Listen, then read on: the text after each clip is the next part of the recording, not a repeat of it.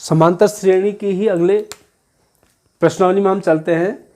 हमारे पास इससे पहले प्रश्नावली 5.1 और 5.2 के हमने कुछ सवाल बनाए थे। अब 5.2 के ही उससे आगे को चलते हैं हम। 5.2 का प्रश्न नंबर 3 था, रिक्त खानों पर पदों को ज्ञात करना है। जो रिक्त खाने दे रखे हैं इनमें पद हमने ज्ञात करने हैं। जैसे पहला है 2, बीच में ब्लैंक है, फिर 26 है। तो इसको हमको भरना है कि बीच में क्या आएगा।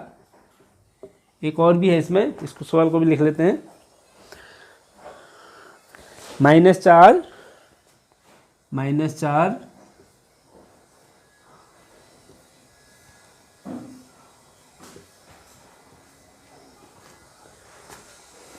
और 6, ये चौथा सवाल था। तो हम क्या करते हैं, सबसे पहला सवाल देखते हैं।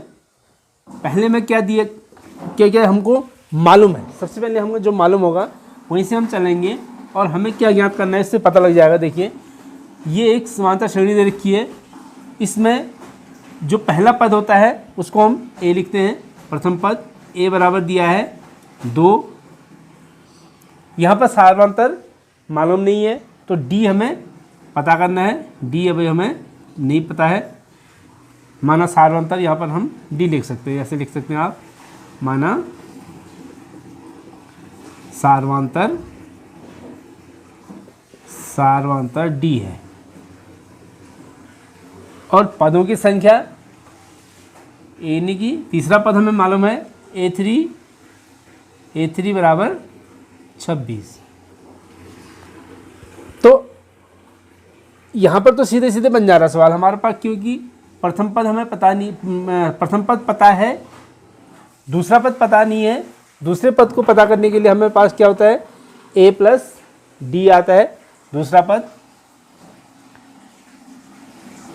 पद होता है हमारे पास A प्लस डी, यानी कि प्रथम पद में अगर हम सार्वंतर को जोड़ेंगे तो हमें दूसरा पद प्राप्त हो जाता है। तीसरा पद क्या होता है, तीसरा पद होता है हमारे पास, तीसरे पद होता है हमारे पास A प्लस 2D। दूसरा पद A प्लस डी, तीसरा पद A प्लस 2D, ऐसे ही चौथा पद हो गया A प्लस 3D आएगा। तो हमारे पास तीसरा पद मालूम है हमें, यानी कि A प्लस 3D का मान पता है। A प्लस 3D बराबर कितना दिया है, 26। और A का मान मालूम है, या ऐसा भी लिख सकते हैं, A का मान इसमें लिख देते हैं। A का मान कितना दिया है, 2D बराबर 26। 2 को उधर भेजते हैं, या 2D बराबर हो जाएगा 26 माइनस 2 यानी कि 24। तो D बराबर हो जाएगा, D बराबर 24/2 अर्थात 12। अब हमें D का मान पता हो गया, D का मान 12 आ गया है।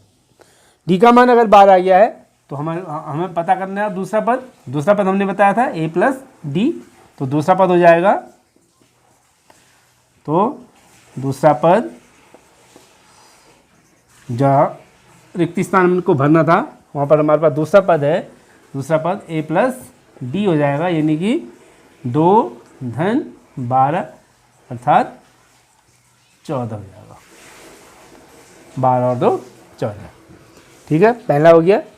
दूसरे में देखिए, अब यहाँ पर हमारे पास प्रथम पद मालूम नहीं है, सार्वंतर भी नहीं निकाल सकते हैं क्योंकि 2 पद तो हमारे पास लगातार पता नहीं है, और पदों की संख्या कुछ दे रखी है। ये बहुत इंपॉर्टेंट सवाल है, इस प्रकार के सवाल पूछे जाते हैं। तो इसको बताता हूँ मैं। दूसरे में माना प्रथम पद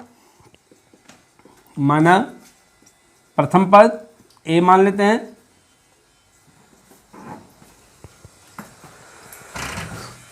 सार्वंतर D मान लेते हैं। सार्वंतर बराबर D।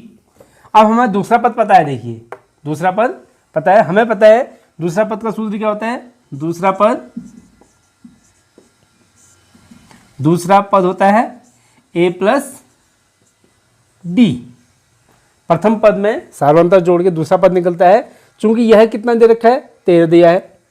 दूसरा पद a प्लस डी बराबर 13, यह हमको पता है, a प्लस डी बराबर 13 दिया है। यहाँ पर इसको समीकरण 1 मान सकते हैं। तीसरा पद हमें पता नहीं है, चौथा पद पता है हमें। चौथा पद होता है, चौथा पद a प्लस होता है 3d, a plus 3d। a plus 3d बराबर कितना दिया है, चौथा पद ये देखिए, पहला, दूसरा, तीसरा, चौथा। चौथा पद हमें 3 मालूम है, a प्लस 3d बराबर 3। तो 2 समीकरण बन गए हैं अब हमारे पास, 2 समीकरण बन गई हैं। अब हम इन समीकरणों को हल करके a और d का मान ज्ञात कर सकते हैं। देखिए हमारे पास सबसे इजी मेथड रहेगी यहाँ पर विलोपन विधि, क्योंकि यहाँ पर भी a है, इसमें भी a है। तो सबसे इजी है कि समीकरण 1 में से समीकरण 2 को घटा देते हैं। यहाँ पर लिखेंगे समीकरण 1 माइनस समीकरण 2, माइनस समीकरण 2। समीकरण 1 में से समीकरण 2 को घटाते हैं, a में से 1 घट जाएगा तो ये हो जाएगा, और d में से 3d घटाना है। इसको अगर हम लिखेंगे, a प्लस डी हमारे पास ऊपर था और a प्लस 3d नीचे है।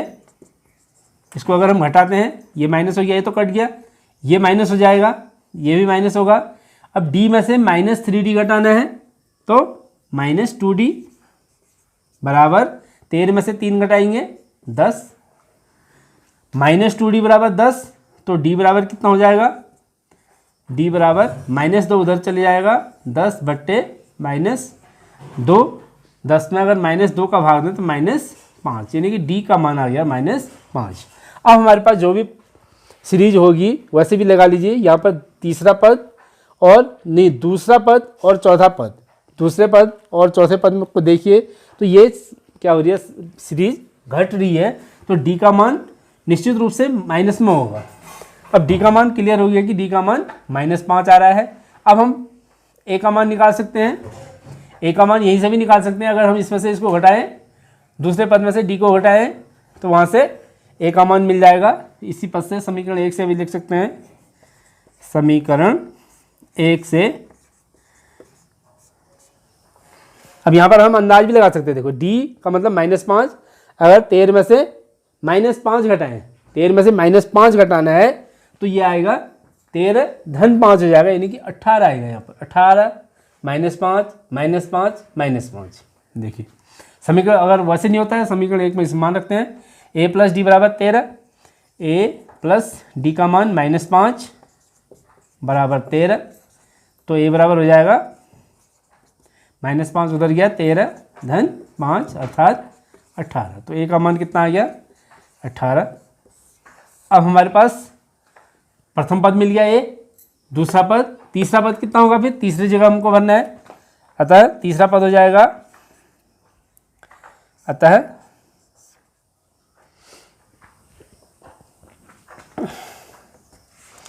तीसरा पद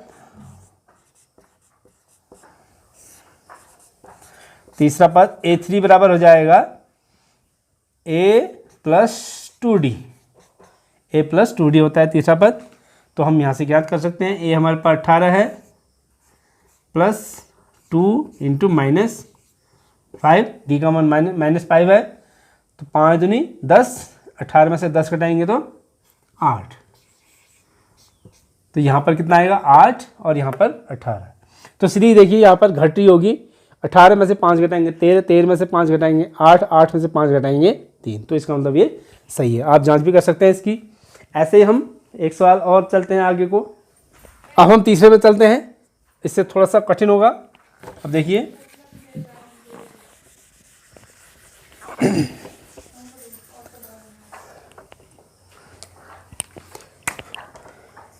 तीसरे में हमें क्या क्या पता है, प्रथम पद पता है, प्रथम पद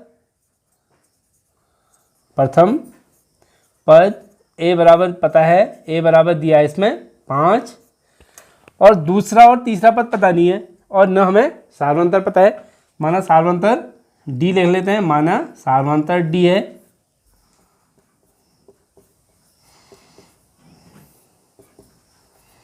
तो हमें A1 A2 ज्ञात करना है और A3 ज्ञात करना है।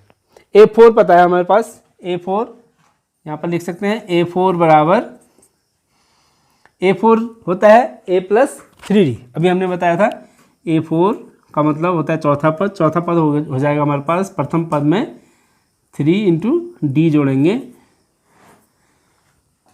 तो ये हमें ये दिया है हमें हमारे पास बराबर 9 से 1/2, 9 से ही 1/2। अगर इसको हल करते हैं अर्थात इसको हम ऐसे लिख सकते हैं, A प्लस 3D बराबर 9 से ही 1/2 को हल कीजिए, 9 दूनी 18 और 1 19/2। अब हमें A का मान मालूम है, A का मान यहीं से दे रखा है तो इसमें मान रख देते हैं, D का मान अपने आप पता लग जाएगा। A का मान हमारे पास पता है 5, तो यहाँ पर लिख सकते हैं 5 बराबर 5। A का मान 5 दिया है तो 5 धन 3D बराबर 19/2। 5 को उधर भेजिए या 3D बराबर 19/2 माइनस 5। 19/2 में से 5 घटाना है हमने। अब ये भिन्न है, ये भिन्न नहीं है। एक मेथड तो वही है कि जो हमने इससे पहले बता रखी है कि हम क्या करेंगे, इसको भिन्न में 1 मान लेंगे, फिर लॉसो ले लेंगे, लॉसो लेने के बाद उसको आसानी से घटाएंगे। अगर ऐसा नहीं करते हैं, हम शॉर्टकट करते हैं, तो अब आपको पता लग गया इसका लॉसो 2 आएगा, तो इसको ऐसे क्रॉस गुणा कर देते हैं। देखिए इसको बट्टे 1 मान लिया हमने, 19 1 का 19, ये आ जाएगा 19 1 का 19। 19 को 1 से गुणा कीजिए और 5 को 2 से गुणा कीजिए, 5 दूनी 10 माइनस 10/2 वही आना है। ये शॉर्टकट मेथड है। 5 दूनी 10, 19 1 का 19, 19 माइनस 10, 19 में से 10 घटाएंगे तो 9/2। 3D बराबर आ गया 9/2, तो D बराबर हो जाएगा, तो D बराबर 3 नीचे आ जाएगा 9/2 गुणा 3। 3 यहाँ हद में आएगा, 3 से 9 को काट सकते हैं हम, 3 3 9, अर्थात यह आ जाएगा 3/2। D का मान हमें पता हो गया, D बराबर 3/2 आ गया है। अब हम दूसरा पद तीसरा पद ज्ञात कर सकते हैं। तो हमारे पास A2 बराबर क्या हो जाएगा, A2 बराबर होगा A प्लस D। दूसरा पद है, दूसरा पद का मतलब प्रथम पद में सार्वंतर को जोड़ते हैं, तो ये हो जाएगा, प्रथम पद हमारे पास 5 था, 5 धन 3/2। ये भी सेम वही करोगे आप, 5 दूनी 10 धन 3, 10 धन 3 हो जाएगा, 10 धन 3/2 यानी कि 13/2। अब इसको हल करेंगे तो ये हो जाएगा 13/2 यानी कि 6.5, 6 से ही 1/2 आएगा।